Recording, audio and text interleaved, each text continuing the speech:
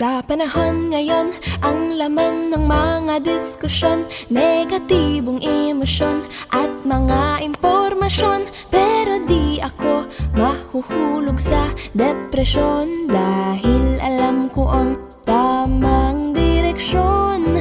Aking iingatan ang sarili't focus lang, di pa hadlang. Laging ready sa bawat laban, panatag ang loob na ako'y tutulungan ng aking Ama na makapangyarihan. Di ako mababahala, sa Diyos magtitiwala, sanda't ako'y panata.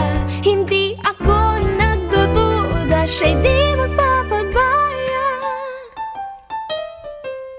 Lahat ay makakaya, lahat ay makakaya, lahat posible sa Ama, kaya lahat ay kaya. Lahat ay makakaya, lahat ay makakaya, lahat posible sa Ama, kaya lahat ay kaya.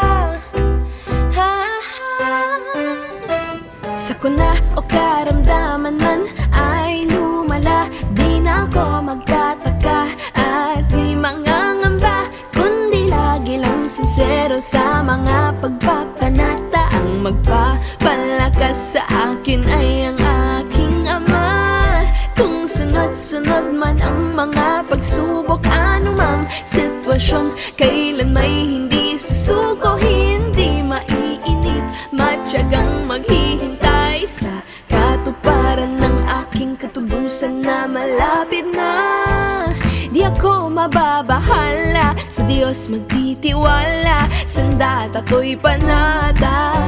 Hindi ako nagdududa, siya'y di magpapabaya.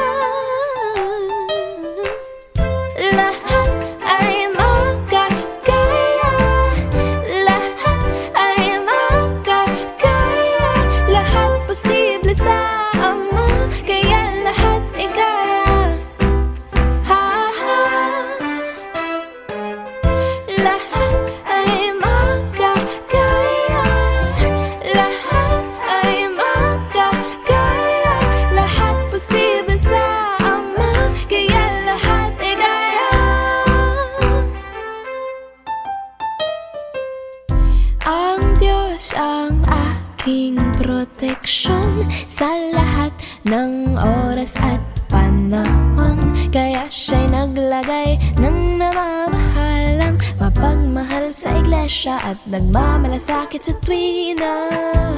Di ako mababahala, sa Diyos magtitiwala, sanda't ako'y panata. Hindi ako nagdududa, siya'y di magpapabaya. Lahat ay makakaya, lahat ay makakaya, lahat posible sa Ama, kaya lahat ay kaya. Lahat ay makakaya, lahat ay makakaya, lahat posible sa Ama, kaya lahat ay kaya. Lahat ay kayang-kaya.